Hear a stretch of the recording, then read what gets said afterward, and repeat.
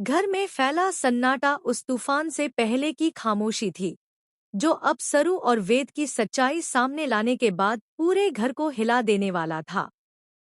Scene की शुरुआत होती है उस खचाखच भरे ड्राइंग रूम से, जहां एक तरफ अनिका खड़ी है अपने चेहरे पर झूठ और घमंड की परत लिए हुए, और दूसरी तरफ सरू, जिसकी आंखों में हिम्मत और दिल में सच की ताकत है। वेद भी अब सरू के साथ खड़ा है, और पूरा घर सांस रोककर इस टकराव को देख रहा है। बस बहुत हो गया, सरू की आवाज पूरे घर में गूंजती है। अब हर किसी को सच्चाई पता चलनी चाहिए कि इस घर में जो सबसे बड़ी साजिश रच रही थी, वो कोई और नहीं बल्कि अनिका है। अनिका की आंखों में एक पल को डर चमकता है, लेकिन वह जल्दी से अपनी शक्ल पर वही पुराना नकाब चढ़ा लेती है।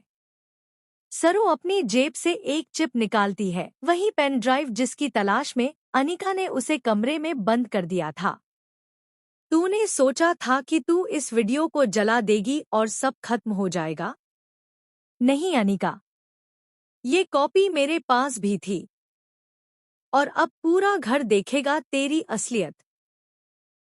जैसे ही वीडियो चलता है, उसमें साफ दिखाई देता है कि कैसे अनिका ने सरू को कमरे में बंद किया, कैसे उसने इस शादी को रोकने के लिए चालें चली, और कैसे वह वेद से शादी सिर्फ पैसों और ताकत के लिए करना चाहती थी। वीडियो खत्म होते ही कमरे में सन्नाटा छा जाता है। सबकी नजरें अब अनिका पर हैं। तूने मुझे धोखा दिया, इस पूरे परिवार को धोखा दिया। वेद का चेहरा गुस्से से लाल हो चुका है। मैंने तुझे कभी अपना समझा ही नहीं था, लेकिन सरू को तुझसे ये सजा नहीं मिलनी चाहिए थी। अनिका गुस्से से कांपती हुई सरू की तरफ बढ़ती है। तू समझती क्या है अपने आप को? एक मामूली सी लड़की, जिसने मेरा प्लान खराब कर दिया। मैं तुझे नहीं छोड़ूंगी। जैसे ही अनिका सरू पर हाथ उठाने जाती है, तारा तेजी से आगे आती है और उसका हाथ कसकर पकड़ लेती है। बस कर अनिका, और फिर एक जोरदार थप्पड़। पूरे घर में गूंजता है वो तमाचा, जो सिर्फ गाल पर नहीं, बल्कि अनिका के नकली व्यक्तित्व पर भी पड़ा। अनिका गिर पड़ती है, ठीक दादी के पैरों में। लेकिन दादी तुरंत अपने पैर पीछे खींच लेती हैं। अब तू इस घर की बेटी नहीं, तू अब सिर्फ अनिका है। अनिका बजाज नहीं, तारा, जिसकी आंखों में हमेशा ममता रही थी, आज उसकी आंखों में सिर्फ घृणा है। वो मुड़कर सबको देखती है और कहती है, मैं इस शादी को यहीं खत्म करती हूँ।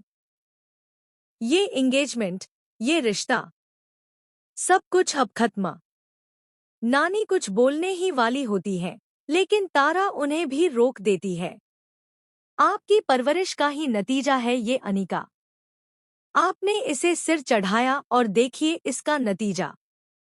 अनिका रोती है, चिल्लाती है, लेकिन अब किसी को फर्क नहीं पड़ता।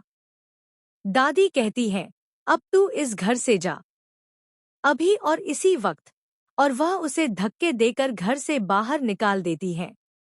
रात का सन्नाटा अनिका की चीखों को और भी डरावना बना देता है। उसका बैग सड़क पर गिर जाता है, बाल बिखर जाते हैं, और चेहरा आंसुओं से भीग जाता है। लेकिन उसका गुस्सा अब भी कम नहीं हुआ।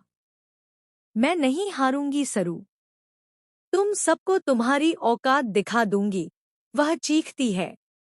नानी डरते डरते उसके पास आती है, कहीं मत जा अनिका, कुछ दिन इंतजार कर, सब ठीक हो जाएगा। अनिका उसे झटक देती है, सब खत्म हो चुका है नानी, और अब मैं वो करूंगी जो कोई सोच भी नहीं सकता। वो तय कर चुकी है, मुंबई छोड़ देगी, लेकिन जाते जाते ऐसा खेल खेलेगी जो इस घर की नींव हिला दे। अब सवाल ये है, क्या अनिका वाकई मुंबई छोड़